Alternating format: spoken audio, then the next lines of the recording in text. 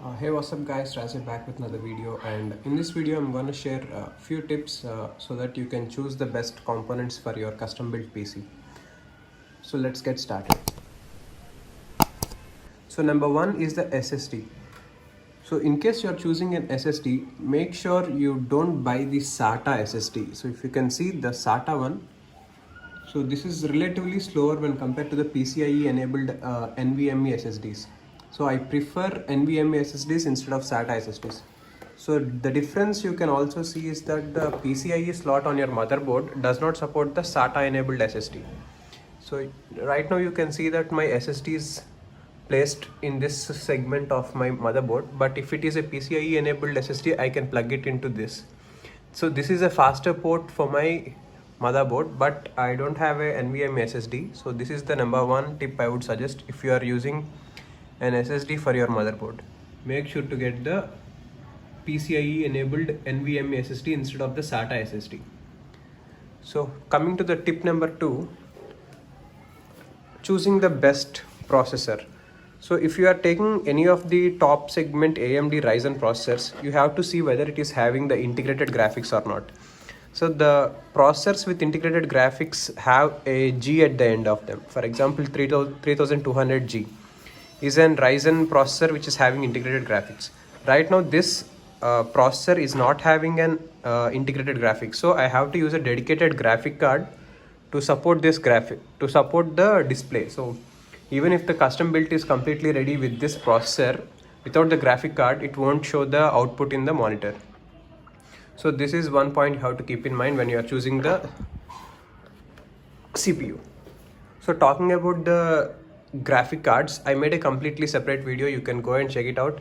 So in case you ever wanted to Hackintosh your PC or install macOS for any reason, so I suggest you buying the AMD GPU instead of the RTX NVIDIA GPUs, because AMD GPUs have the driver support for macOS and NVIDIA right now is not having any driver support, which we cannot promise in the near future, as Apple has some issues with the NVIDIA graphic cards and they totally stopped developing the web drivers for NVIDIA graphic cards.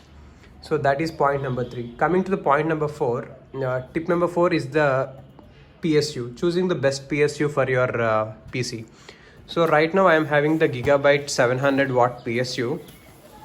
This is 80 plus bronze certified. So this certification is very important in case you are going for a good quality PC. So if you are not choosing the bronze one, this is the least you can get, because if you go for the white one, it is not so durable, it is not power efficient. But at least bronze, if you are financially stable, then go for the gold one. That will be very good. And make sure you get the higher watted PSU instead of the least required specs, at least 100 watts higher than the minimum required power supply for your system. That is suggested. Coming to the RAM compatibility, this will be the last tip for the day. So here I have the XPG Adata Gamix D30 16GB RAM sticks 2. So it will be 32GB RAM, but it is advertised at 3200 megahertz. But when you install first, it will not show you with the 3200 megahertz. Instead, it will show the 3000 megahertz. So when you are buying the motherboard and RAM, you have to check the compatibility, whether your RAM is compatible to your motherboard or not. The frequency, right? The 3200 speed, whether it is supported by your system or by your motherboard or not, should be verified before buying the RAM and the motherboard. So once if you buy this RAM stick but it is showing 3000 instead of 3200, then make sure to you enable the XMP profile in your overclock settings in the motherboard. So I made a separate video on that, you can go and check that also. So these are the tips I want to share with you guys in this video. So make sure to subscribe to my channel for more custom built PC tips and other tech news. So see you guys in the next one. Thanks for watching.